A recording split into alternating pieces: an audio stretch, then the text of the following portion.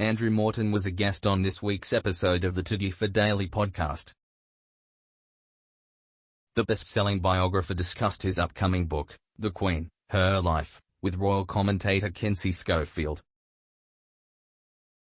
Mr. Morton takes an in-depth look at Britain's longest-reigning sovereign, delving into the influence she had on Britain and the world, her evolution from a shy princess to a much-loved monarch, and her role as a mother, grandmother and great-grandmother.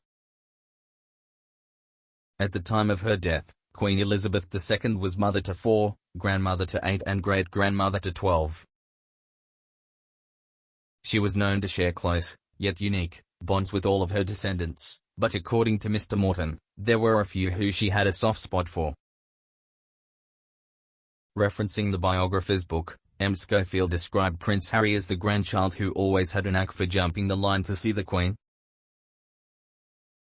She asked Mr. Morton whether the Duke of Sussex, who stepped down from his royal duties and moved overseas in 2020, ever lost those privileges.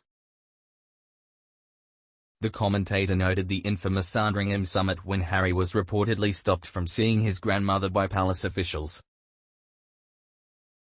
Mr. Morton said, he had the ability to get in to see his grandmother, because he is part of the family. During Megxit, the officials were very keen to stop him from convincing the Queen to change her mind on certain aspects of their Harry and Meghan Markle withdrawal. He was very good at getting the Queen to agree to some of his schemes. And good for him, it's great that he could do that.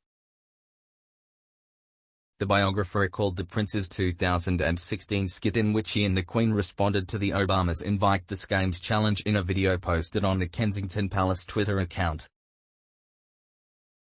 Harry and the monarch filmed a humorous clip reacting to an incoming video message from the then President and First Lady. The message showed Barack and Michelle standing with a number of military personnel.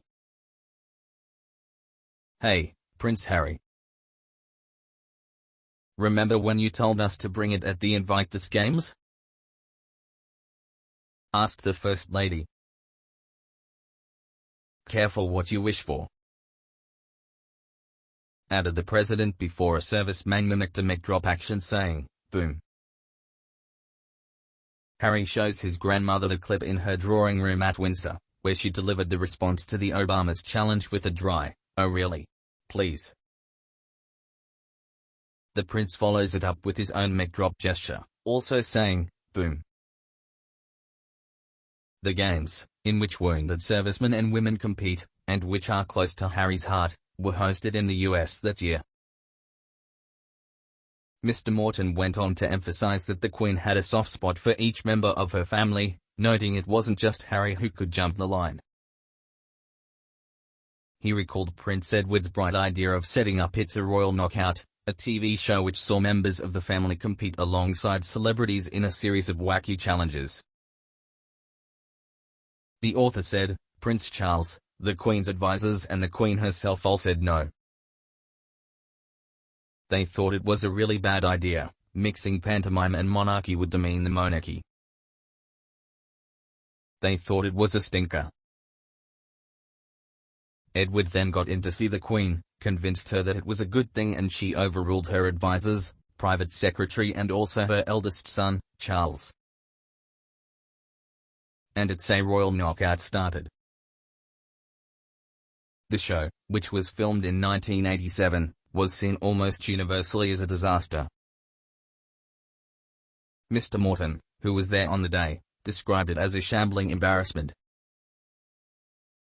He continued, "The Queen has got a soft spot for her children.